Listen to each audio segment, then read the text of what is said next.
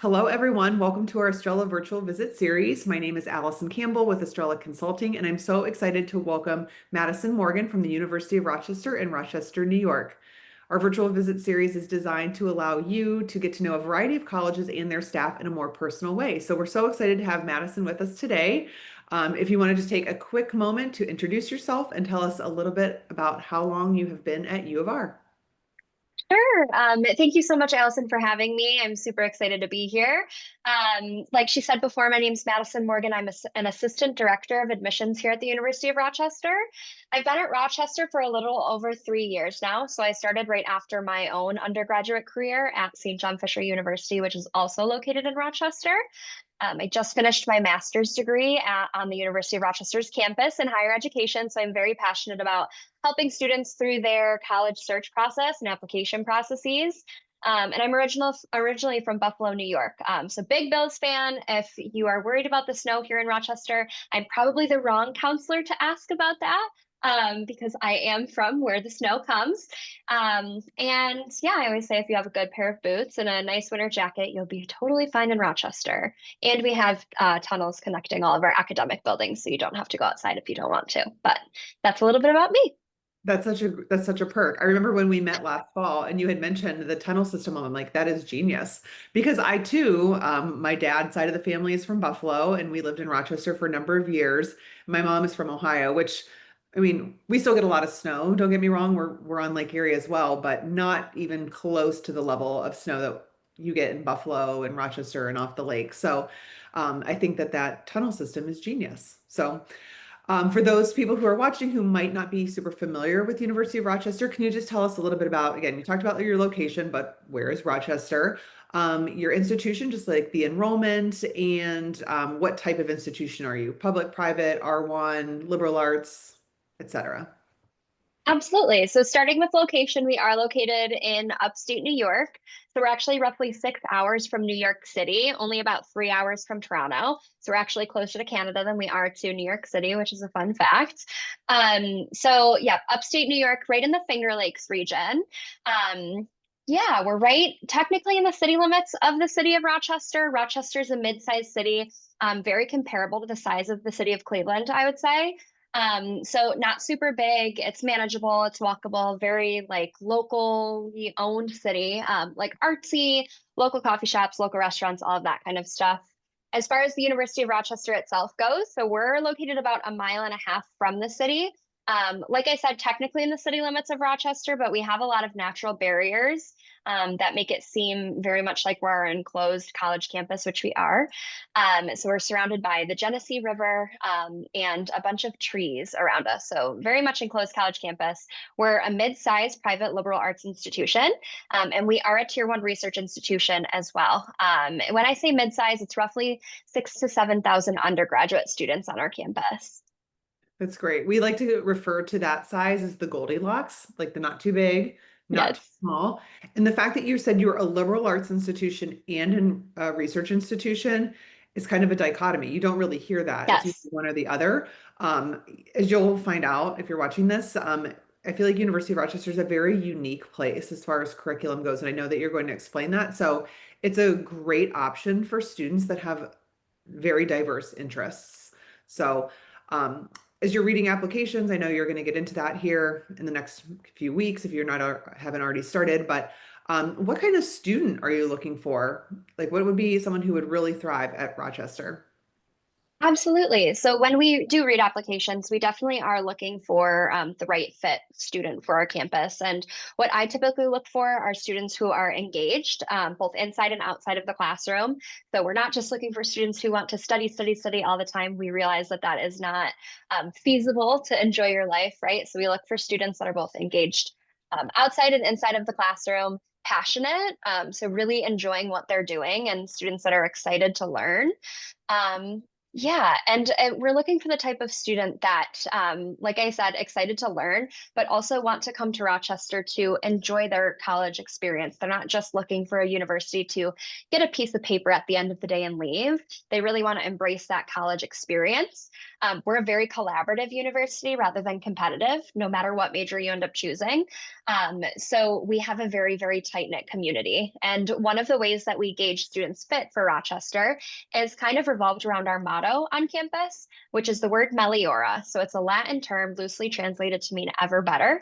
And it's something that we live very closely by. It sounds very cheesy, but it's very true and something once you're on campus you can kind of feel. We're all working together to make the world around us a better place, not just bettering ourselves. So that's kind of in a nutshell what we are looking for in our students as well. That's great.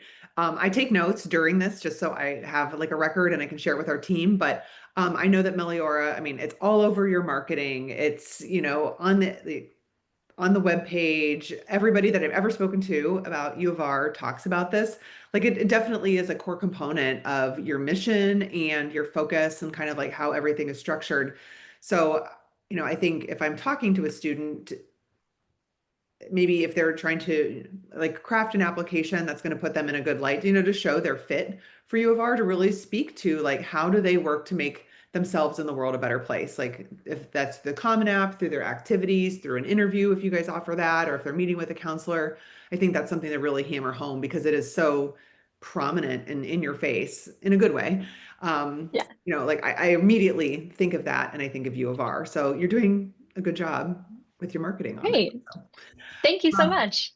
as far as the, are there any trends that you're seeing for the university? So if you want to maybe start with like where are you getting most of your students from? Are they from upstate New York? Or are they from across the US, across the globe, a certain region? Can you talk to that? And then any trends that you're seeing? Absolutely. So we're a very global campus, and each and every year is a little bit different. Only 30% of our students are from New York State. So all of the rest of our students are from out of state and from all around the world. We have 49 states represented on campus. So the only state that we're missing is Wyoming. And Darn, so if you, Josh Allen. We need I Josh Allen, know. some Wyoming people in there. I feel like that actually comes up all the time when I'm doing these. They say 40 and 49 states are represented, and it's always North Dakota. It's always North Oh, yeah. Dakota. So, Yes, we have two students from North Dakota on campus, I believe, right now. So okay. 49 states and then over 80 countries on campus as well. So lots of diversity on campus.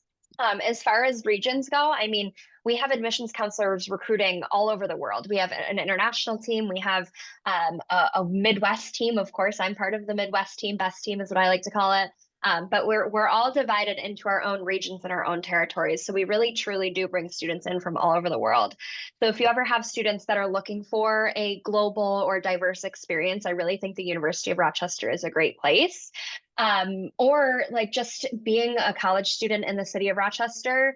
Of course, I went to college in Rochester, so I'm biased, but there's 4 or 5 different institutions in the city of Rochester. So even when you're off campus, you're meeting people from all over.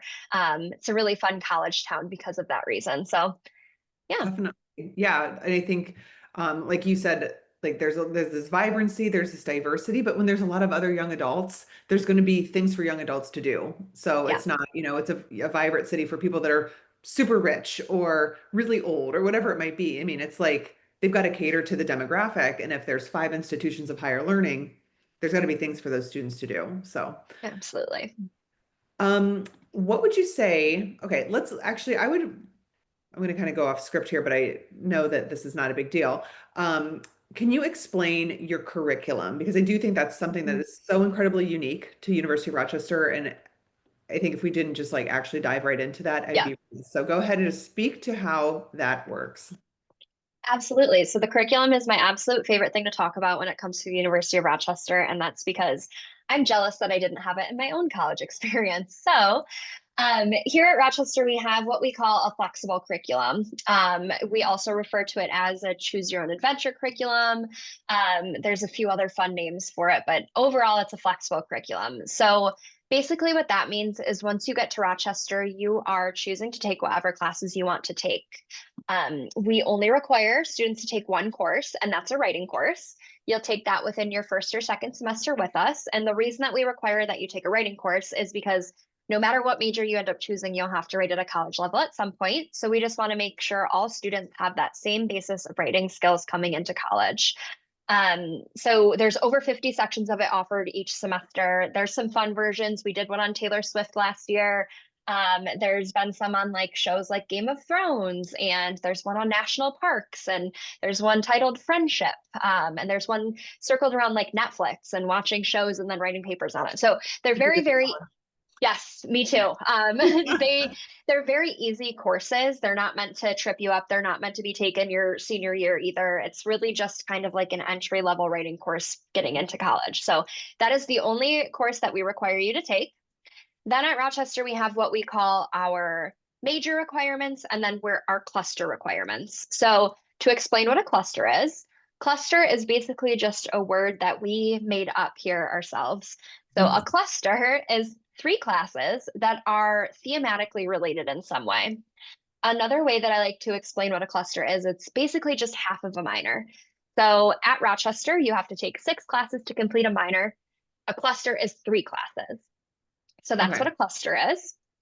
Jumping Oh, back to our major requirements. Sorry, it gets sticky, but hopefully at the end it all makes sense. So back to our major requirements, we divide all of our majors into 3 broad areas of learning. So we have the natural sciences and engineering, the social sciences, and then the humanities. So no matter what major a student ends up choosing, it'll fall into one of those 3 areas. And we can you repeat require, that one more time for me? I'm sorry to interrupt you. yeah, One more time. Do you mind repeating those 3 broad areas of learning? yep. So we have the natural sciences and engineering. That's like one bucket. We have the social sciences is another bucket. And then the humanities is the last like broad area of learning. And Perfect. Thank so, of course, yeah. So no matter what major you end up choosing, it'll fall into one of those 3 areas. We require that students cluster in the other 2 areas that their major doesn't cover. If I have a student that's interested in engineering, that's a little bit different only because engineering, there's a few more required courses to complete that major. So the student would be majoring in natural sciences and engineering, and we only require one cluster out of the other 2 areas that that engineering major doesn't cover. Okay. So you could do So clusters in the same umbrella outside of your major cluster and essentially have a minor. yes, yeah, yep. Okay.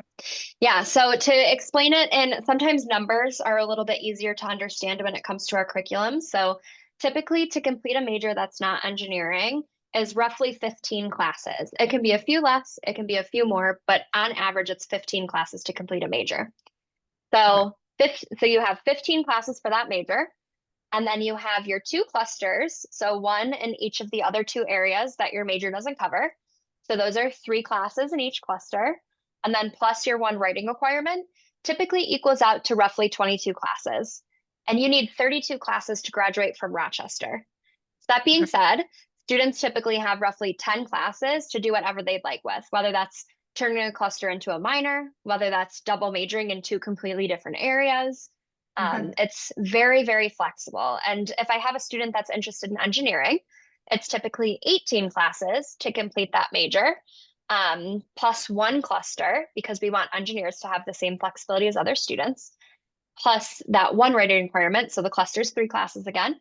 One Hmm. writing requirement, again, that's typically around 22 classes.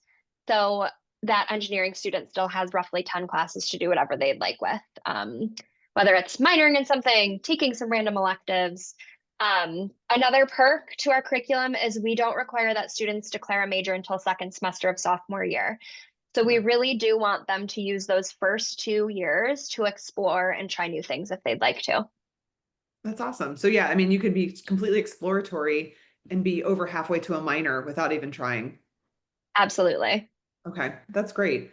I'm glad you explained that and you didn't have me explain that because I've been like I did your you did a virtual presentation a few weeks ago that I tapped into and I was listening to it and it was making sense to me, but I feel like the intricacies of, well, maybe not even I didn't really understand how like those extra 10 credits worked and like you Yeah. said really be flexible. You could even put it towards a double major, which that really never crossed my mind. I was like, oh, you could just toss them at a minor or a second minor. So um, Yeah, that's really interesting. So thank you for explaining that. Um, absolutely. as far as majors or programs, is there anything that you feel like is kind of flying under the radar at Rochester? Like, oh, no, a lot of people don't know that we have this, or we do this really well, and it's not something that's super popular or that we're well known for.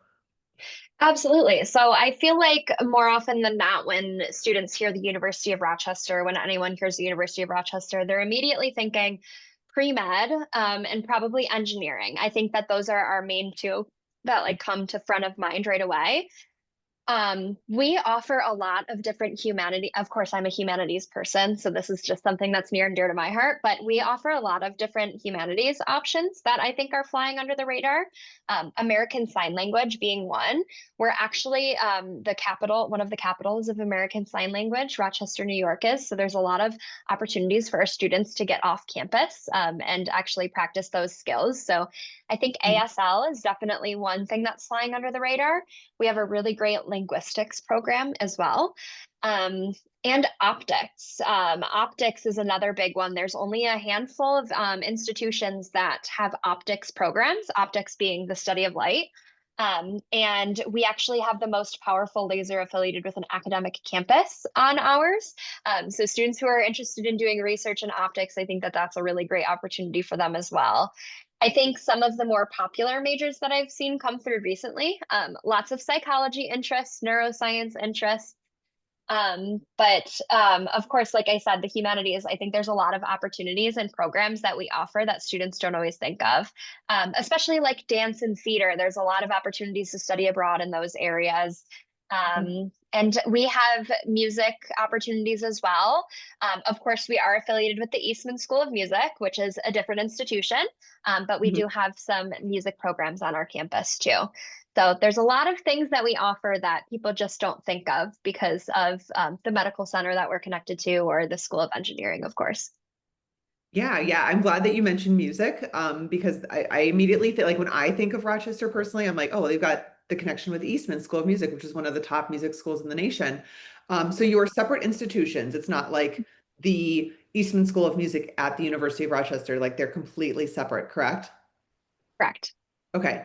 And also I find it ironic because I did know this from being someone who grew up in and around Rochester, is that you have one of the highest populations of like deaf community. Yes. And so the irony of like the music center and then this deaf community and like being able to kind of bring those together and have programs that really thrive in both, I think is really awesome. Absolutely. It's really cool. Okay, let's talk quickly about maybe like the two ends of the spectrum. Do you have an honors program? So our honor system is a little bit different than other institutions. It's based on departments. So each department, well, some of them have honors programs, some of them don't, but it kind of works like so students aren't admitted into an honors program. They'll be admitted to the University of Rochester as a whole. And then once they declare a major, they have the opportunity to pursue honors programs in the different departments that they're involved in or end up majoring in, etc. So it's a little bit different here. Okay, so it's not like I apply and I get accepted to the honors program. It's basically like I apply, I get in, I do my 1 or 2 years of discovery, I go with psychology, I can then become like an honors fellow or something like that in Yes. psychology. Okay. Yes. Okay, cool.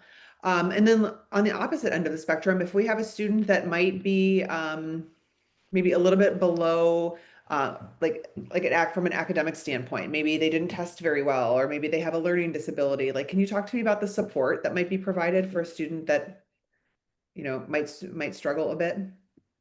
Absolutely. So we have a variety of different opportunities for students with all different types of instances. So starting with learning disabilities, we have an Office of Disability Services that students can get in contact with before they're even on campus. So if there is some type of learning disability that students are worried about, they're very responsive in the Office of Disability Services.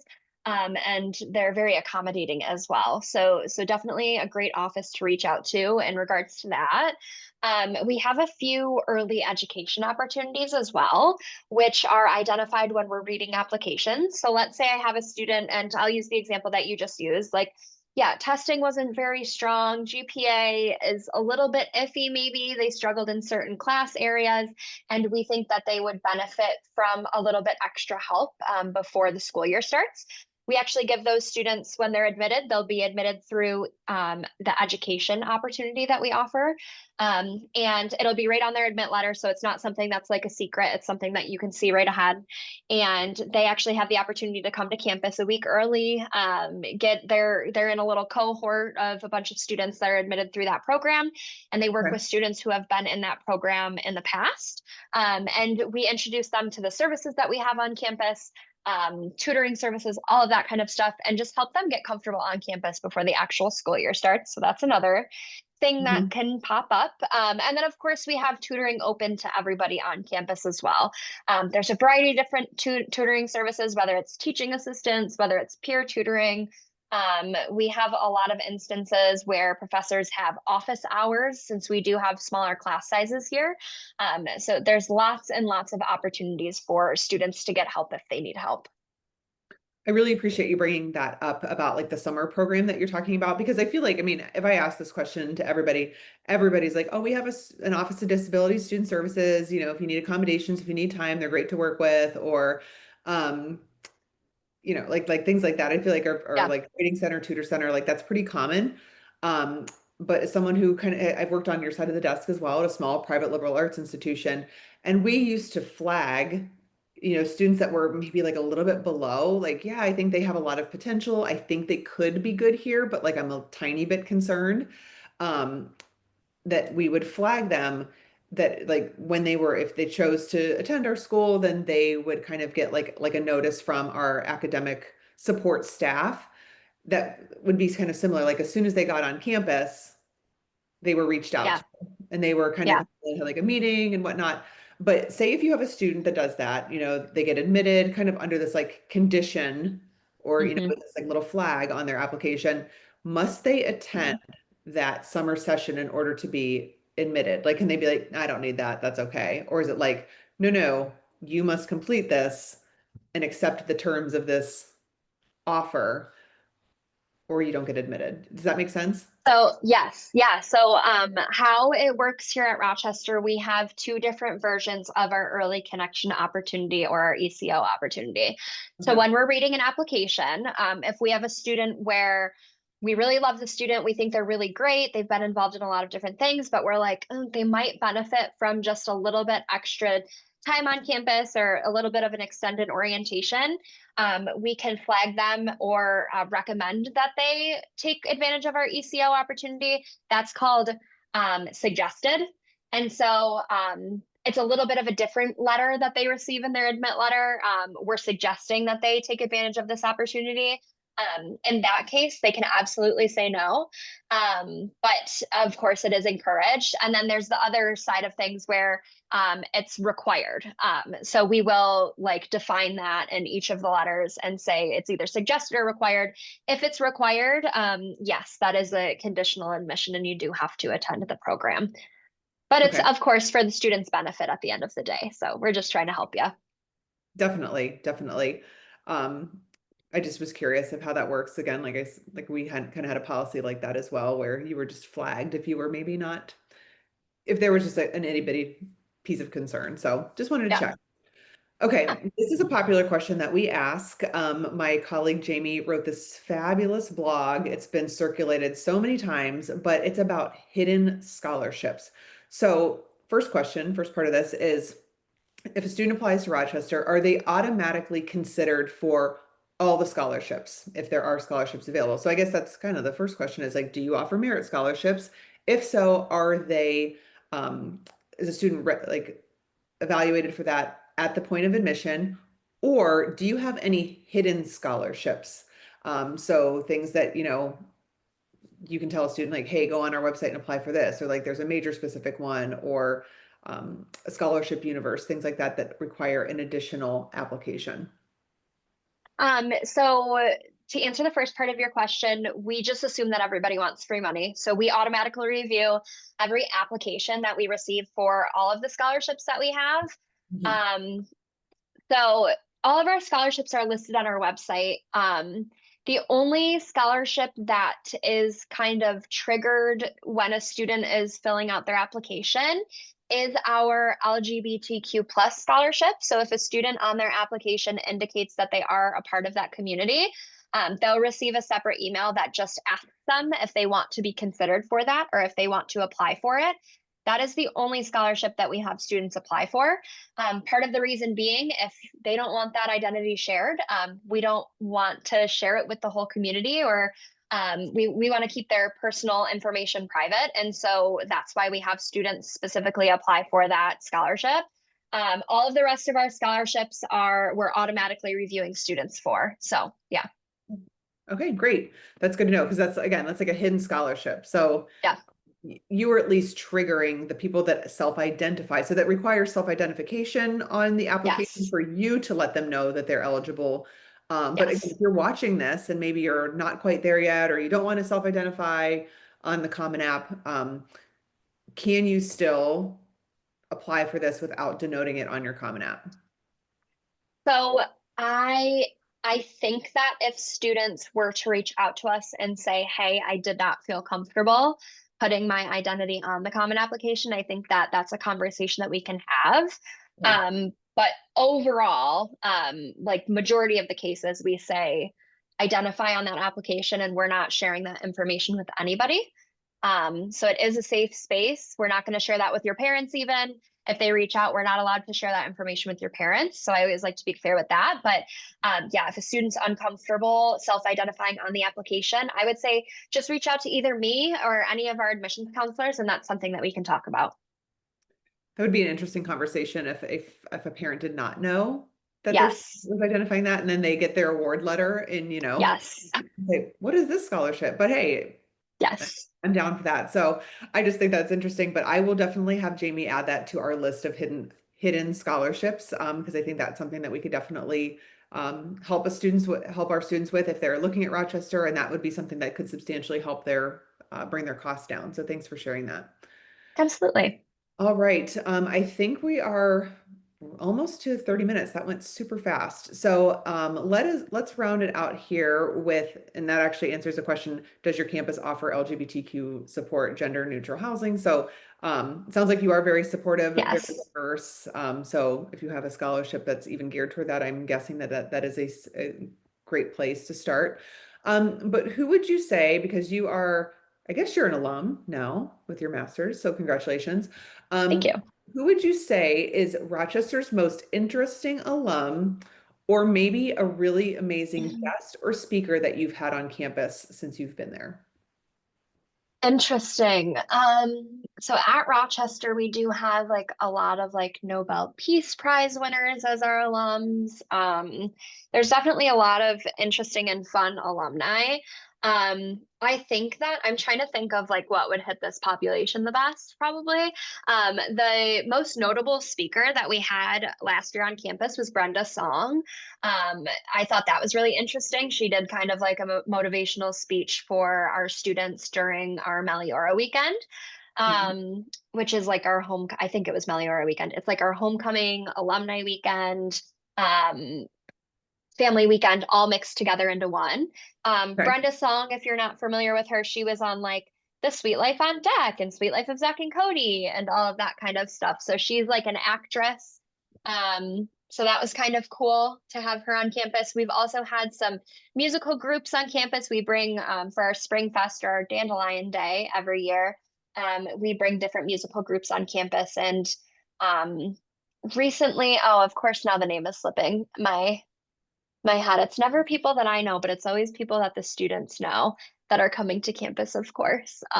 Coin is one of them. They sing the song Shut Up and Dance with Me, Oh, which was that's popular a few years ago. So yeah, they were recently on campus too. So I think those are some fun ones. But yeah.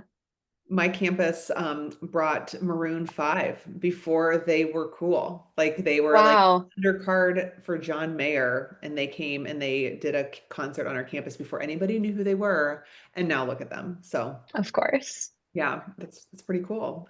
Also Chingy. So I mean, we Love really it. pride in our campus concerts. But So this has been fun. great. I think you just provided so much great insight because I think Rochester is such a very unique place and special place. And hopefully, if students are looking to visit or have questions about the application, they can reach out to you and you can answer questions for them. So thanks so much, Madison, for joining us. We really appreciate it. Absolutely. Thank you for having me. And yes, anyone's more than welcome to reach out to me at any time. You have my contact information and feel free to pass it along. Definitely will. All right, well, have a great recruitment season and we will definitely be in touch. Thanks so much. Sounds good. Bye. Bye.